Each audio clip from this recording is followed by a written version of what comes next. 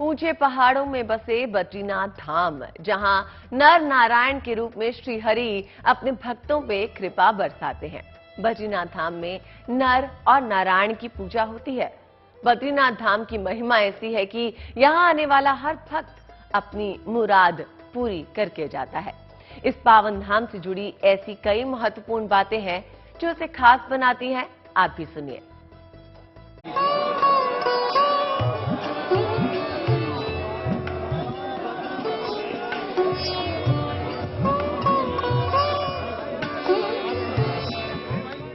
प्रभु की एक झलक पाने की ललक,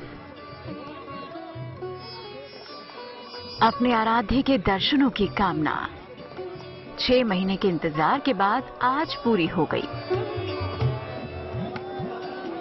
जगत के पालनहार श्री हरि विष्णु का ये पवित्र धाम है बद्रीनाथ, वो धाम जहां प्रज्वलित है आस्था की सबसे प्रखर ज्योति। ये आस्था का वो धाम है जहां भगवान विष्णु देवी लक्ष्मी के साथ निवास करते हैं। बद्रीनाथ के मंदिर में नर और नारायण के विग्रह को पूजा जाता है। बद्रीनाथ धाम का महत्व कितना और क्यों है, ये तो आपने समझा, लेकिन क्या आप जानते हैं कि बद्रीनाथ में श्री हरि विष्णु के धाम की खासियत क्या है? चलिए आपको बताते हैं। भगवान बद्री विशाल जी की जो ध्वजा है उसमें 2 रंग हैं, ऊपर और नीचे ये लाल रंग है और बीच में सफेद रंग है। ये गरुड़ का प्रतीक है। भगवान गरुड़ ध्वजा, मंगलम भगवान विष्णु मंगलम गरुड़ ध्वजा, गरुड़ वाहन मम्बुज लोचनम भगवान के लिए कहा गया।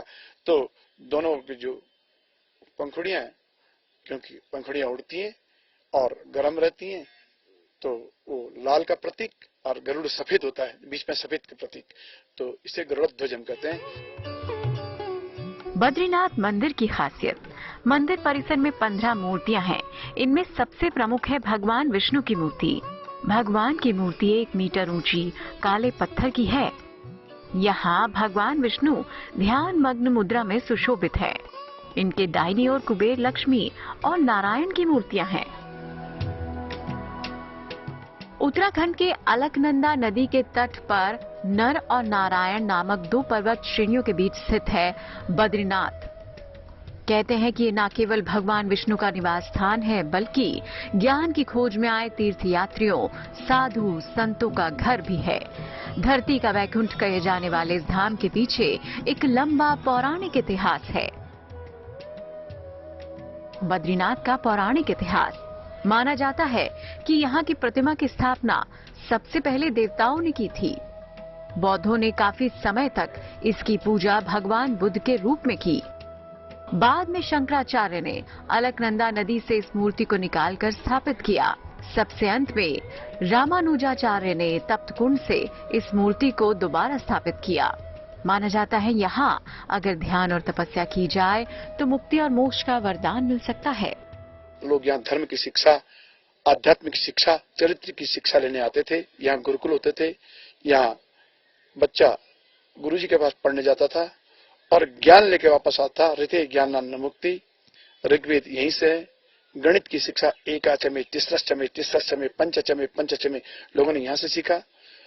आर्यभट्ट सूर्य ग्रहण, चंद्र ग्रहण क्यों होते हैं, कैसे होते हैं, कब होते हैं, यहाँ से लोगों ने सीखा। इस देश के लोगों ने सूर्य और चंद्रमा की गतियां नाप ली, दूरियां नाप ली, यहाँ से लोगों ने सीखा।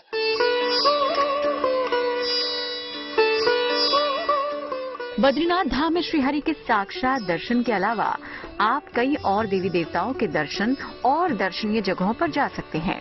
चलिए हम आपको बताते हैं कि बद्रीनाथ धाम में मुख्य रूप से क्या दर्शनीय है। कुबेर, उद्धव जी और नर नारायण की मूर्तियां। अलकनंदा के तट पर है गर्म झरना और तप्तकुंड। धार्मिक अनुष्ठानों के लिए इस्तेमाल होने वाला एक समतल चबूतरा, जिसे ब्रह्म कपाल कहते हैं। शेषनाग की कथित छाप वाला एक शिलाखंड शेष नेत्र। चरण पादुका, जिसके बारे में कहा जाता है कि ये भगवान विष्णु के पैरों के निशान हैं। बद्रीनाथ में बहुत सी दर्शनीय चीजें हैं, शायद इसीलिए यहाँ पर आने वाले भक्त अपने आप को धन्य मानते हैं। तो बद्रीनाथ धाम में अब भक्तों पर बरसेगी बद्री विशाल की कृपा और श्री हरि दर्शन देकर अब दूर करेंगे अपने भक्तों के सारे कष्ट।